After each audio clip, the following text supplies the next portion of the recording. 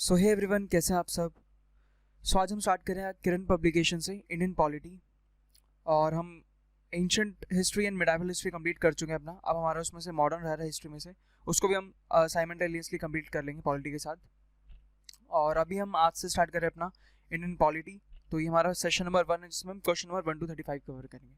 अच्छा, पॉलिटी में around 1000 question हैं।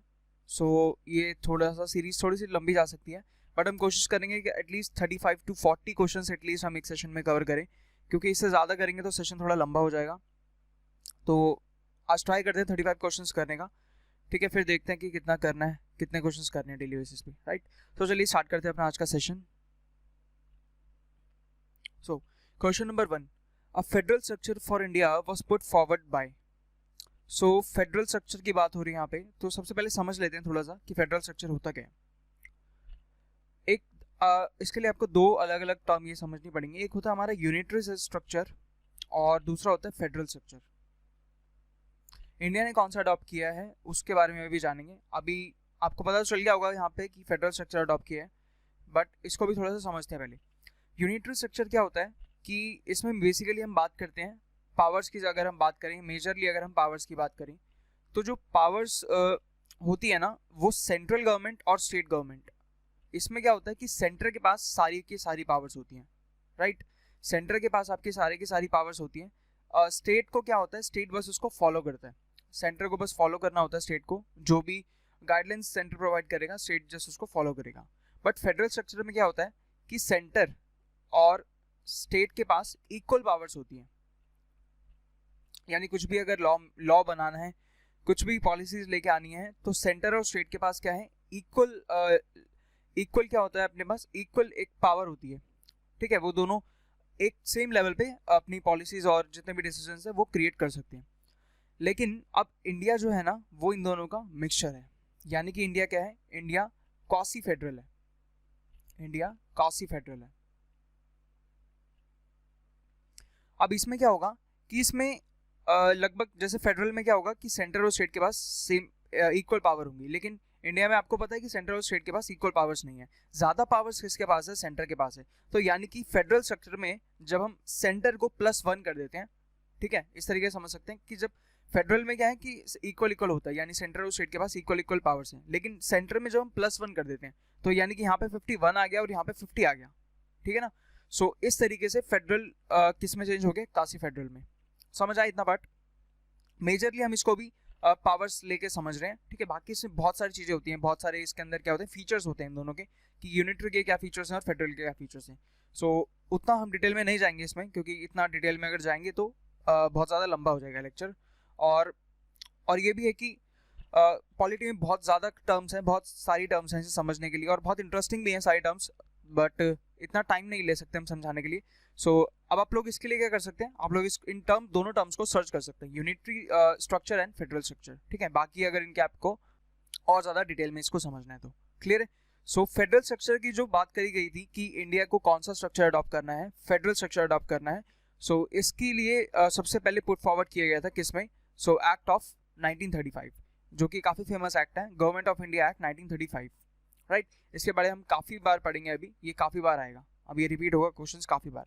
सो हम इसके बारे में और भी ज़्यादा बार पढ़ेंगे। तो आपको याद रखना है गवर्नमेंट ऑफ इंडिया एक्ट 1935, जिसमें ये डिक्लेयर कर दिया गया था कि इंडिया का स्ट्रक्चर कौन सा अडॉप्ट करेगा, फेडरल स्ट्रक्चर। यानी कि सेंटर और स्टेट में से सेंटर को थोड़ी सी ज़्यादा पावर दे दी जाएंगी। और हाँ, एक चीज़ और डिस्कस कर लेते हैं इसमें से, जैसे हमने डिस्कस किया था जो अपना 7th शेड्यूल था ना, 7th शेड्यूल में क्या था, लिस्ट थी अपनी, यूनियन लिस्ट, स्टेट लिस्ट, और उसके बाद क्या है आपकी कॉन्करेंट लिस्ट।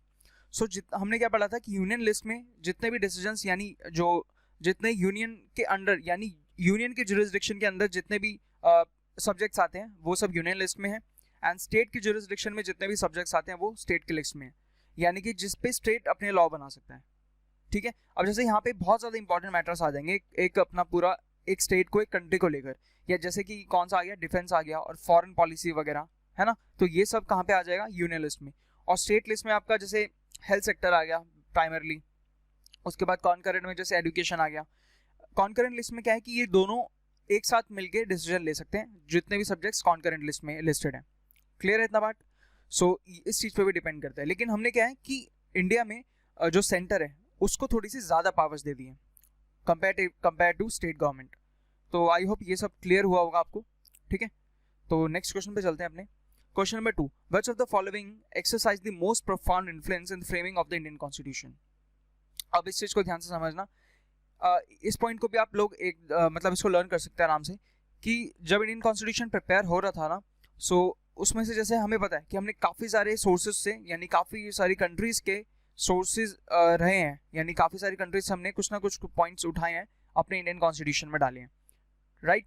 सो हमने सबसे ज़्यादा पॉइंट जो डाले हैं ना वो गवर्नमेंट ऑफ इंडिया एक्ट 1935 से लेकर डाले हैं, क्योंकि उस टाइम ये किसके अंडर प्रिपेयर हुआ था, तो ये ब्रिटिश गवर्नमेंट जब रूल कर रही थी इंडिया में, तो ये तभी प्रिपेयर हुआ था, राइट। सो इसमें कुछ ऐसी चीज़ें थी जो इंडिया के लिए हमें बाद में भी अच्छी लगी कि ये इंडिया में, मतलब जब हमारा खुद का ही कॉन्स्टिट्यूशन होगा तो उसमें ये सब चीज़ें होनी चाहिए।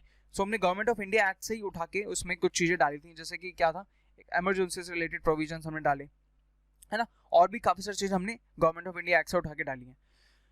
सो अब यहाँ पे क्या है कि ब्रिटिश, अब इसका आंसर क्या हो जाएगा, ऑप्शन नंबर 4, ठीक है। गवर्नमेंट ऑफ इंडिया एक्ट 1935 से हमने सबसे ज़्यादा जो इन्फ्लुएंस किया फ्रेमिंग ऑफ कॉन्स्टिट्यूशन में, तो वो किसने किया, गवर्नमेंट ऑफ इंडिया एक्ट 1935। अब उसके बाद थोड़ा सा ये भी डिस्कस कर लेते हैं, जैसे कि ब्रिटिश कॉन्स्टिट्यूशन से हमने क्या लिया और यूएस कॉन्स्टिट्यूशन से हमने क्या लिया। हमने इसको कैसे लर्न किया था कि ब्रिटिश से हमने क्या लिया है, मेजरली जितने भी पार्लियामेंट से रिलेटेड चीज़ें हैं, है ना, पार्लियामेंट वाली चीज़ें हमने कहाँ से ली हैं, ब्रिटिश से उठाई हैं। और यूएस से हमने क्या उठाया है, यूएस से हमने जुडिशरी से रिलेटेड चीज़ें उठाई हैं, क्लियर। उसके बाद आयरिश से हमने क्या उठाया है, यहाँ पर हमने डीपीएसपी उठाया मेजरली, डीपीएसपी। उसके बाद प्रेसिडेंट के इलेक्शन किस तरीके से होने, है ना, तो प्रेसिडेंट इलेक्शन यहाँ पे आएगा। और सेकंड इससे रिलेटेड क्या था कि जिस तरीके से प्रेसिडेंट क्या करता है, नॉमिनेट करता है मेंबर्स को, है ना, प्रेसिडेंट क्या करता है, नॉमिनेट करता है मेंबर्स को राज्यसभा और लोकसभा में, तो वो भी हमने कहाँ से उठाया, आयरलैंड के कॉन्स्टिट्यूशन से उठाया, क्लियर है। Next question, question number 3, how does the constitution of India describe India as. तो ये कौन से आर्टिकल की बात कर रहे हैं, आर्टिकल नंबर 1, हमने डिस्कस किया था ना इसको। आर्टिकल नंबर 1 क्या है, आर्टिकल नंबर 1 में स्टार्टिंग में ही वो ये बताता है कि इंडिया क्या है, India is a union of states, right. India क्या है, यूनियन ऑफ स्टेट्स है। चलो इसको भी थोड़ा सा समझ लेते हैं। एक होता है यूनियन, एक होता है ट्रू यूनियन, ठीक है ना, और एक होता है जैसे यूनियन एक फेडरेशन से बना है, ठीक है। इंडियन यूनियन क्या है, ये ट्रू यूनियन नहीं है, यानी कि अब देखो इसको दो एग्जाम्पल से समझते हैं अलग अलग। एक यूएसए का एग्जाम्पल लो, ठीक है, और उसके बाद एक अपना इंडिया का एग्जाम्पल लेते हैं। अब ये दोनों ही क्या है, फेडरेशन है, लेकिन जो यूएसए का फेडरेशन है वो क्या है, it is a part of an agreement, ठीक है। इनके बीच में क्या हुआ, ये जितने भी स्टेट्स हैं यूएसए की, इनके स्टेट्स के बीच में क्या हो रखा है, एक अग्रीमेंट हो रखा है, यानी कि जब भी कोई स्टेट चाहे तो वो सीड हो सकती है किससे, यूएसए से, यानी कि जो उसका यूनियन है पूरा, वो यूनियन से सीड हो सकती है। वेराज इंडिया में ऐसा कोई प्रोविजन नहीं है, इंडिया भले ही फेडरेशन है लेकिन इंडिया की कोई भी स्टेट क्या हो सकती है, सीड नहीं हो सकती, यानी इससे अलग नहीं हो सकती, इससे डिमार्केट नहीं हो सकती।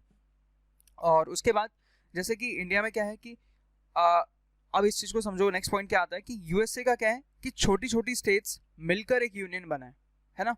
यूएसए में क्या है कि छोटी छोटी स्टेट्स ने मिलकर एक यूनियन क्रिएट किया है, लेकिन इंडिया में क्या हुआ है, इंडिया में यूनियन में से छोटी छोटी स्टेट्स निकली हैं, और वो हमने किस बेसिस पे करी थी, तो वो दो बेसिस पे है बेसिकली।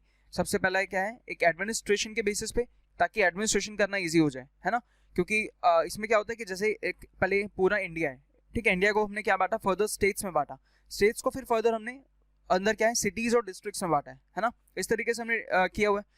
वो किस लिए किया हुआ है, ताकि इतने सारे डिस्ट्रिक्ट्स में बांटने की रीज़न यही है, ताकि हर एक डिस्ट्रिक्ट में, जैसे हर एक डिस्ट्रिक्ट में क्या है, एक डिस्ट्रिक्ट मजिस्ट्रेट है, राइट, जो कि सबसे टॉप मोस्ट लेवल पे काम कर रहे हैं और एक डिस्ट्रिक्ट को पूरे संभाल रहे हैं।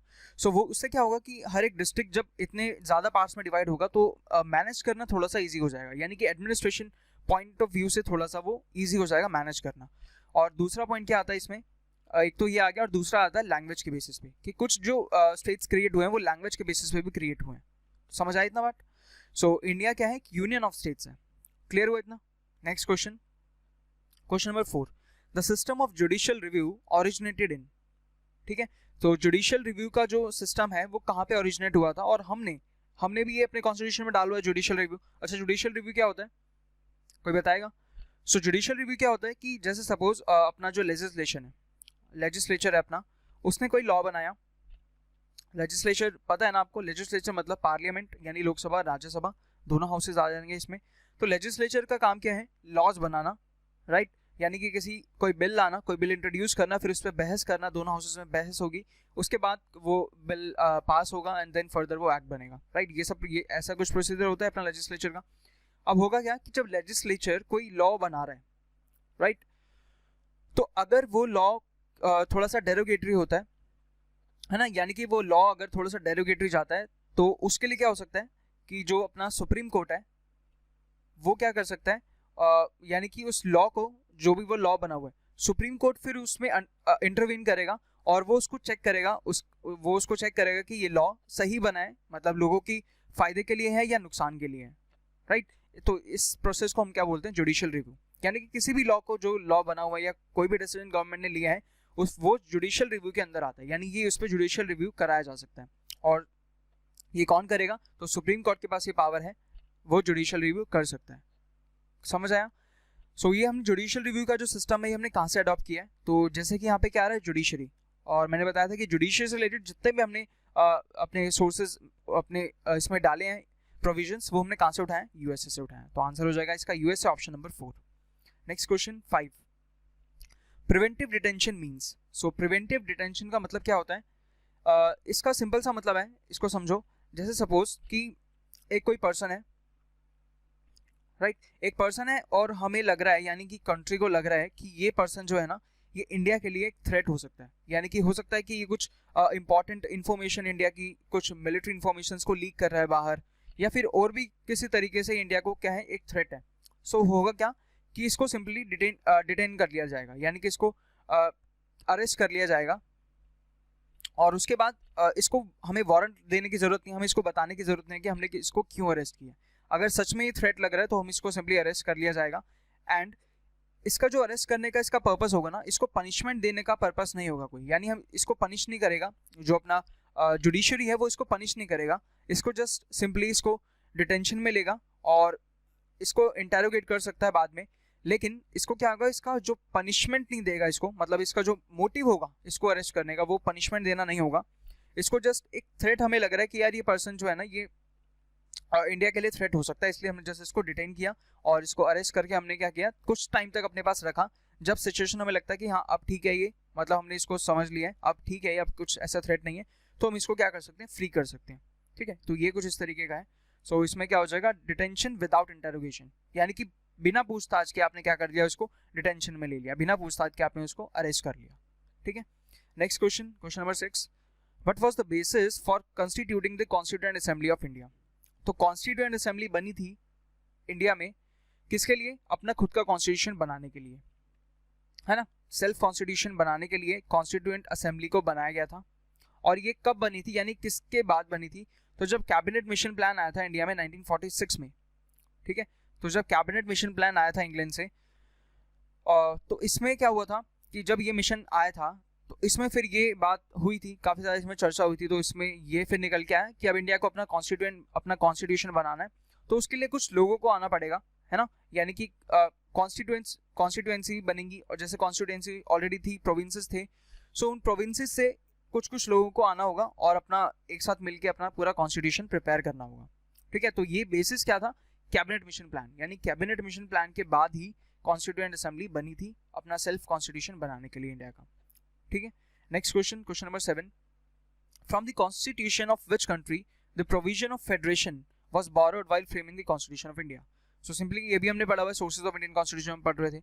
तो फेडरेशन वाला जो है, प्रोविजन ऑफ फेडरेशन, ये हमने कहाँ से बोरो किया है, तो कनाडा से बोरो किया है, राइट। सो फेडरेशन वाला जो हमने प्रोविजन बोरो किया है वो हमने कनाडा से बोरो किया है।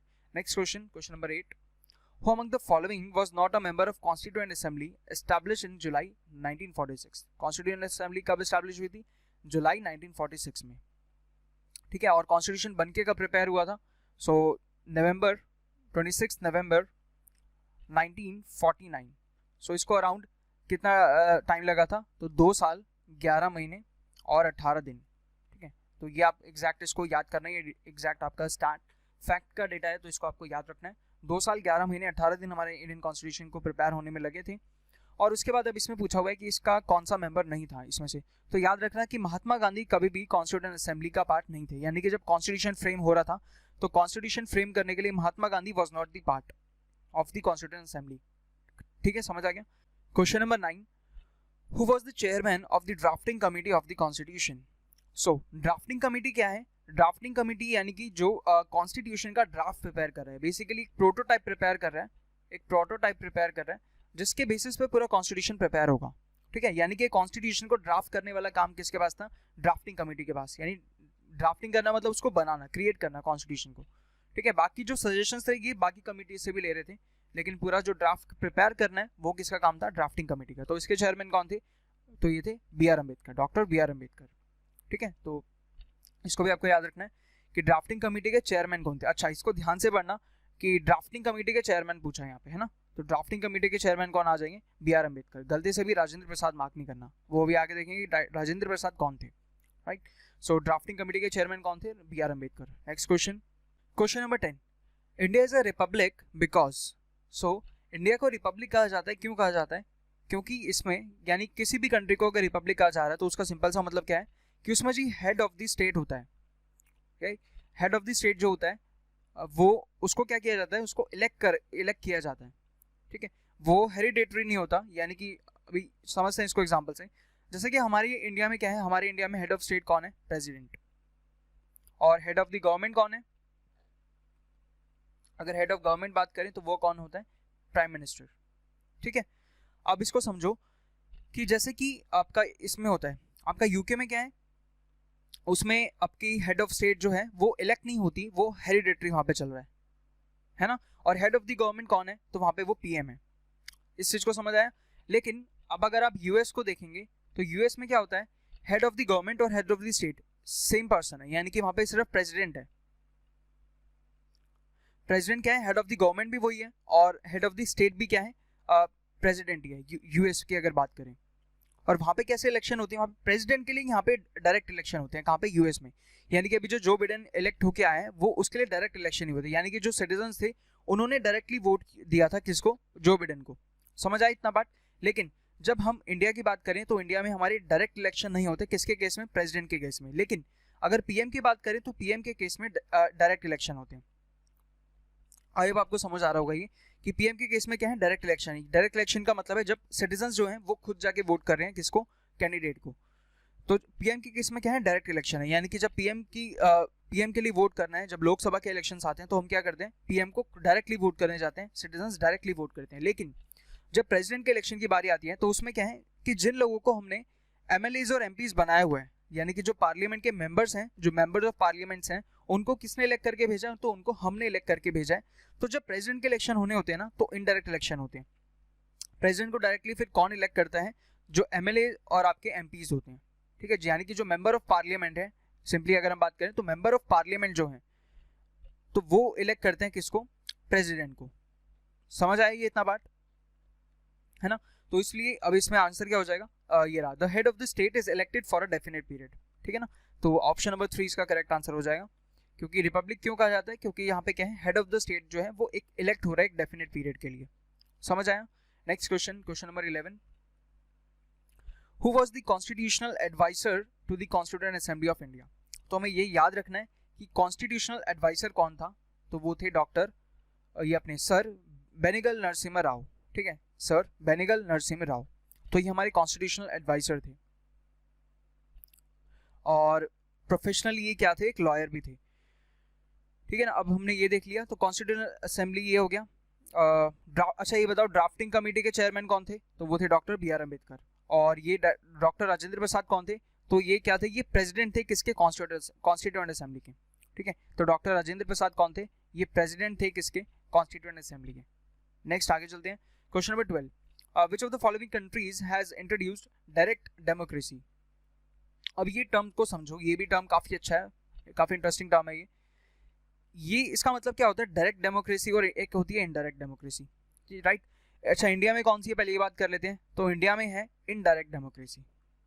इनडायरेक्ट डेमोक्रेसी इसका मतलब क्या होता है कि जब भी कोई लॉ बन रहा होता है, यानी जब भी लेजिस्लेशन अपना काम कर रही होती है और जब भी कोई लॉ बन रहा होता है तो उसमें क्या होता है, पीपल जो है ना वो डायरेक्टली वोट नहीं करते उसके फेवर में या फिर उसके अगेंस्ट। यानी कि हम जैसे अब कोई भी लॉ अगर आना होता है, कोई भी बिल अगर उसमें आ रहा है, पार्लियामेंट में आ रहा है, तो उसमें क्या है कि हमारे पास ये पावर नहीं है कि हम पर्सनली जाके पार्लियामेंट में हम बैठें, यानी कि सिटीजन्स के पास ये पावर नहीं है कि वो पार्लियामेंट में जाके बैठें और वो उसके फेवर या अगेंस्ट में वोट दें, राइट। हमारे पास ये पावर नहीं है। लेकिन डायरेक्ट डेमोक्रेसी में क्या होता है, डायरेक्ट डेमोक्रेसी के अंदर जो लॉ बन रहे हैं, ठीक है, उसमें सिटीजन्स के पास पावर होती है कि वो डायरेक्टली जाके वोट कर रहे हैं। यानी कि वहाँ पे एमएलए और एमपी के का कोई चक्कर नहीं है, वहाँ पे डायरेक्टली सिटीजन्स जाएंगे और सिटीजन्स जाके उसके लिए वोट देंगे।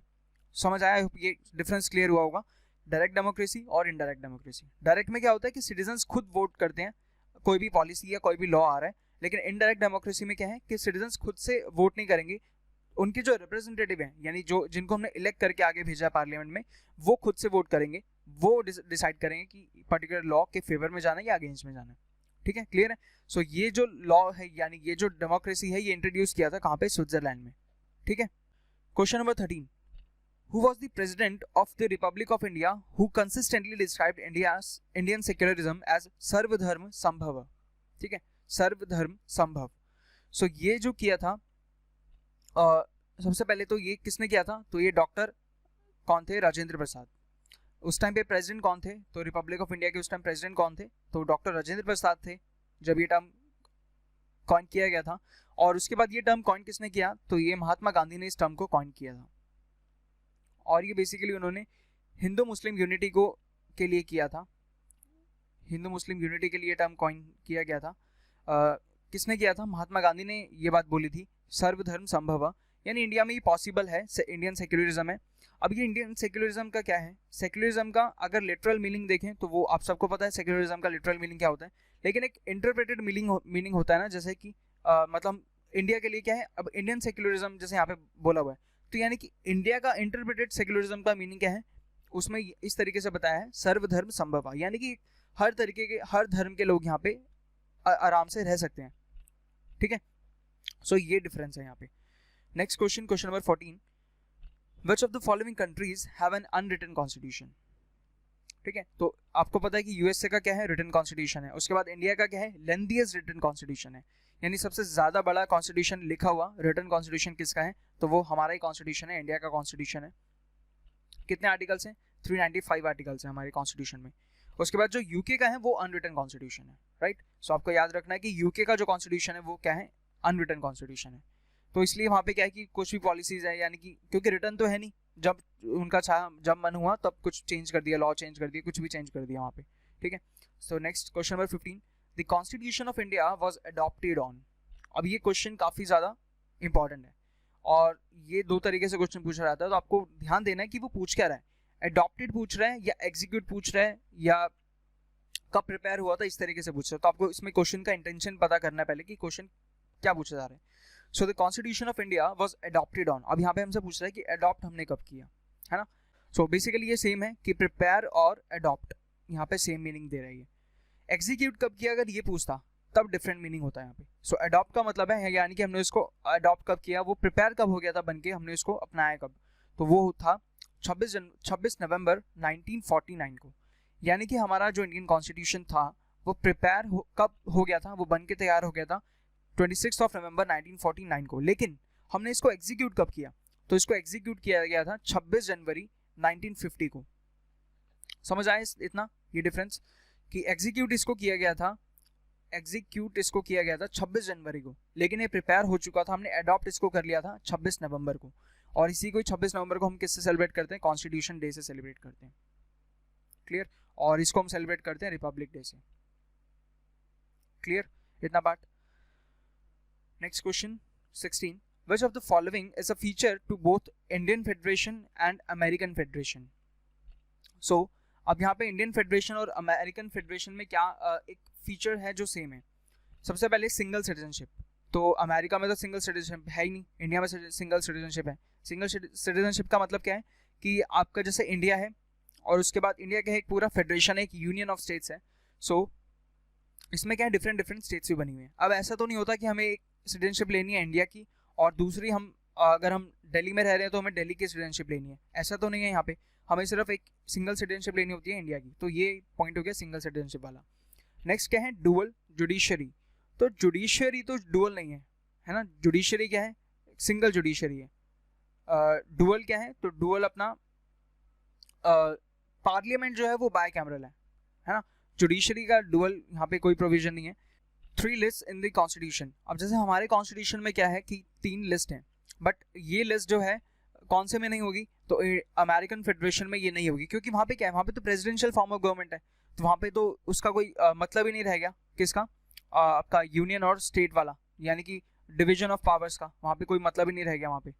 ठीक है, अब नेक्स्ट जो पॉइंट आता है वो क्या आता है, federal supreme court to interpret the constitution, right. ये इस क्वेश्चन का करेक्ट आंसर होगा, क्योंकि जो आपके पास सुप्रीम कोर्ट है उसके पास क्या है, उसको पावर दे रखी है।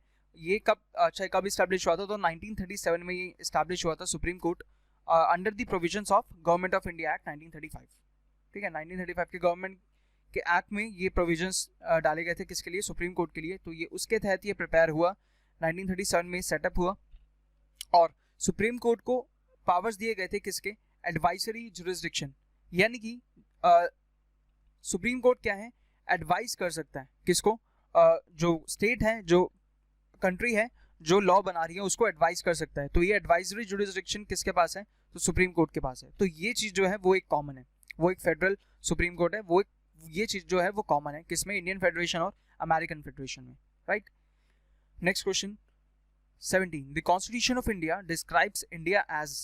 सो ये क्वेश्चन फिर से रिपीट हो गया, तो कैसे डिस्क्राइब करता है कि इंडिया क्या है, यूनियन ऑफ स्टेट्स है, राइट। इस चीज को याद रखना कि कॉन्स्टिट्यूशन डिफाइन नहीं करता इंडिया का जो फेडरेशन है वो कौन सी फेडरल है, ये कॉन्स्टिट्यूशन डिफाइन नहीं करता, कॉन्स्टिट्यूशन इस चीज को डिस्क्राइब नहीं करता। ये जो टर्म था ये कॉइन किया गया था, यानी कि ये टर्म इंडिया के लिए किसने बोला था, तो ये केसी वेरे ने ये इस टर्म को बोला था, सॉरी केसी वेरे ने इस टर्म को बोला था। तो आप इसको भी लिख सकते हैं कि केसी वेरे ने क्वासी फेडरल बोला था, कि इंडिया का सिस्टम कैसा है, क्वासी फेडरल है। ये कॉन्स्टिट्यूशन इस चीज को डिस्क्राइब नहीं करता, कॉन्स्टिट्यूशन के अकॉर्डिंग क्या है, इंडिया एक यूनियन ऑफ स्टेट्स है, clear. Next question 18, who among the following was the president of constituent assembly. अब यहाँ पे किसकी बात कर रहे हैं, कॉन्स्टिट्यूएंट असेंबली के प्रेसिडेंट की बात कर रहे हैं, तो वो कौन थे, doctor Rajendra Prasad. Next 19, the convention that once a speaker always a speaker is followed in. So अब इस चीज को समझो थोड़ा सा, once a speaker and always a speaker, ये कन्वेंशन कहाँ पे फॉलो होता है, तो ये यूके में फॉलो होता है, यानी कि वहां पे जो आपका लोअर हाउस का जो स्पीकर है, ठीक है, लोअर हाउस का जो आपका स्पीकर है, हाउस ऑफ कॉमन्स जिसे बोलते हैं, सो लोअर हाउस का जो आपका स्पीकर है वो क्या है, अगर उसको, एक तो पहली बात तो है कि वो कैसे इलेक्ट होता है, तो वो अमंग द मेंबर्स ऑफ जो आपके लोकसभा के मेंबर्स हैं उसमें से एक मेंबर को क्या किया जाता है, इलेक्ट किया जाता है। ठीक है, जितने भी आपके मेंबर्स ऑफ लोकसभा हैं उसमें से एक किसी पर्सन को क्या किया जाता है, स्पीकर बनाया जाता है, उसको इलेक्ट करके, इलेक्शंस होते हैं प्रॉपर, तो उसको इलेक्ट करके क्या किया जाता है, उसको स्पीकर बनाया जाता है। ठीक है, अब उसमें क्या होता है कि यूके में क्या सीन होता है कि अगर उसको, मतलब वो इंडिपेंडेंट होते हैं किसी पर्टिकुलर गवर्नमेंट के। जैसे अगर यहाँ पे, अगर हम अब इंडिया का एक सिनेरियो लेते हैं कि इंडिया में क्या फॉर्म, इंडिया में क्या होता है, इंडिया में जैसे कोई स्पीकर होता है ना, जो हमारा लोकसभा के स्पीकर हैं अभी करेंटली कौन है, ओम बिरला है।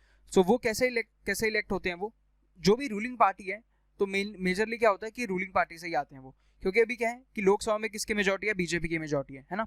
तो जब कैंडिडेट जो भी खड़ा होगा, जैसे इलेक्शन के लिए जो भी कैंडिडेट होगा, तो उसको ज़्यादा वोट ऑब्वियसली फिर बीजेपी की साइड से मिलेंगे। तो जनरली ये कन्वेंशन रहता है इंडिया में कि जो भी अपने यहाँ से जो स्पीकर आ रहे हैं वो कौन सी पार्टी से होते हैं, वो रूलिंग पार्टी से होते हैं, यानी जो पार्टी मेजोरिटी में है, जो गवर्न कर रही है, उसी पार्टी से ही अपने स्पीकर आते हैं।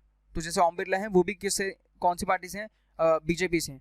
और उसके बाद जो आपके जो इनसे पहले थी सुमित्रा महाजन, वो भी कौन सी पार्टी से थी, बीजेपी से थी वो भी, है ना।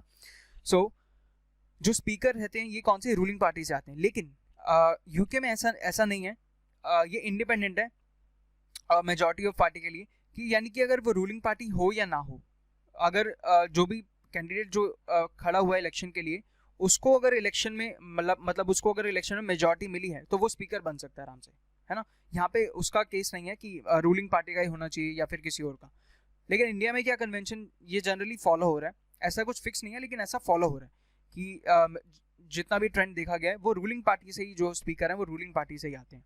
ठीक है, सो इसलिए ये कहा जाता है once a speaker always a speaker. ये किसके लिए कहा जाता है? यूके के लिए कहा जाता है, क्योंकि यहाँ पे स्पीकर आ गए तो उसको पार्टी से मतलब नहीं है कि कोई भी पार्टी हो, कोई भी पार्टी का स्पीकर हो सकता है वो, अगर वो इलेक्शन के लिए खड़ा हुआ और वो उसको मेजॉरिटी वोट्स मिले तो वो कैंडिडेट बन जाएगा और उस पर पूरा अपना टर्म कंप्लीट करने के बाद भी वो फर्दर री इलेक्शन भी के लिए भी खड़ा हो सकते हैं और यहाँ पे वो उसके बाद स्पीकर रहेगा। ठीक है, क्लियर है इतना? Next question 20, the Indian penal code came in operation into. So Indian penal code जिसको हम आईपीसी नॉर्मली बोलते हैं, तो आईपीसी के सेक्शंस होते हैं, है ना। तो ये किसके लिए बनाया हुआ है? ये इसमें क्या है? क्रिमिनल प्रोविजंस है, यानी कि जैसे जब भी कोई पर्सन क्राइम कमिट करता है तो उसके ऊपर क्या लगाए जाते हैं? आईपीसी की ये धाराएं लगाई जाती हैं, है ना, कि उसने कौन से सेक्शन के अंदर ये क्राइम उसके आया है, तो उस सेक्शन के अंदर फिर जो भी प्रोविजंस होते हैं, जो भी पनिशमेंट के प्रोविजंस हैं उसको वो दिए जाते हैं, है ना। तो ये कब आया था? आईपीसी कब आया था हमारा? 1862 में आया था, राइट। आईपीसी स्टैब्लिश हुआ था 1862 में। ये ब्रिटिश गवर्नमेंट यानी कि उसके ब्रिटिश रूल कर रहे थे उस टाइम पे, ये तभी आ गया था IPC, right. Question number 22, how many articles are there in the Indian constitution? तो वेरी इजी क्वेश्चन, 395 आर्टिकल्स हैं।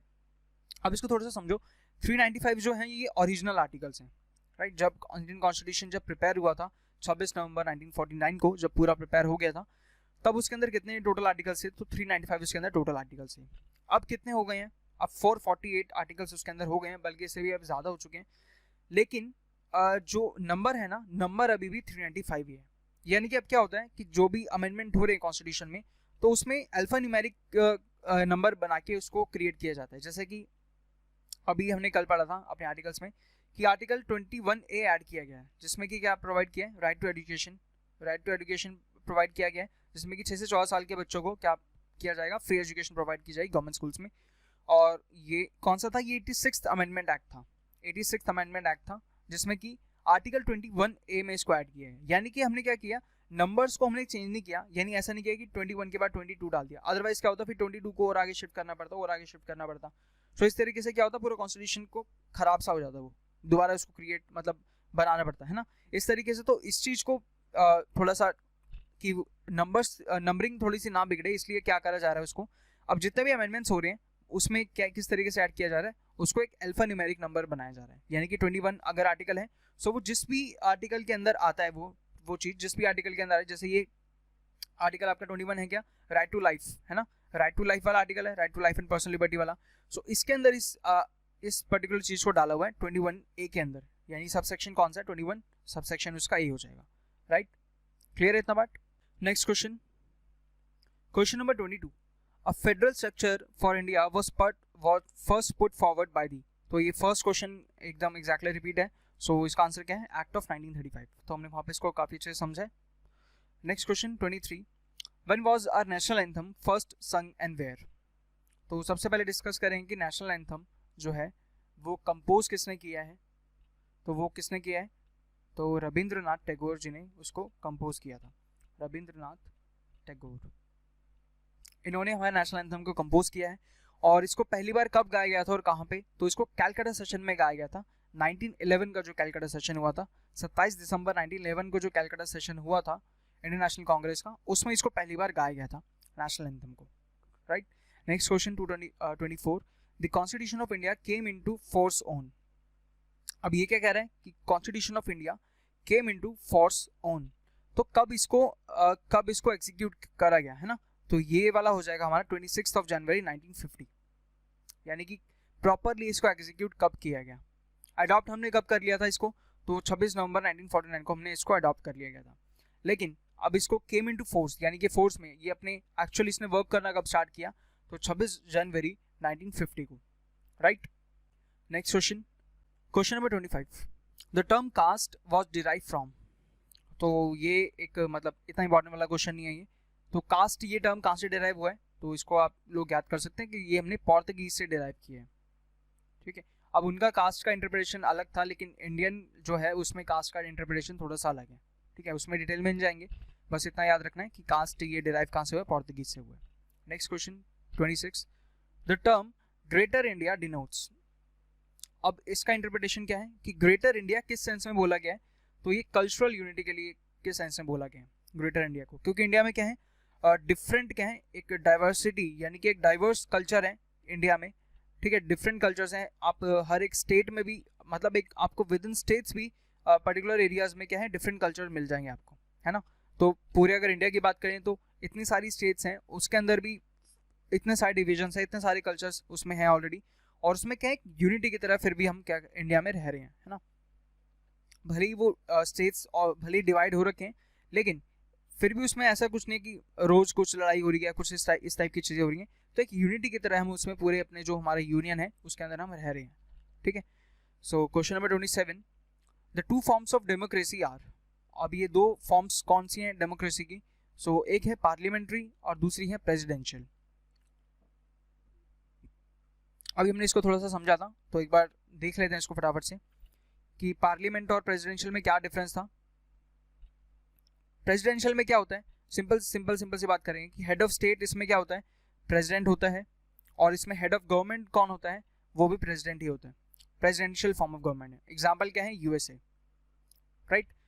नेक्स्ट आता है अपना कौन सा, parliamentary. Parliamentary form of democracy, इसमें क्या होता है कि जो इसमें हेड ऑफ स्टेट होता है, स्टेट का हेड कौन होता है, प्रेसिडेंट, लेकिन इसमें गवर्नमेंट का हेड कौन होता है, तो वो होता है प्राइम मिनिस्टर। क्लियर है, इतना बस इसी डिफरेंस को समझना है हमें मेजरली। क्लियर है इसके बाद, तो ये दो फॉर्म्स होती है हमारे केस की डेमोक्रेसी की। Next question, question number 28, the constitution of India contains how many articles, 395 articles.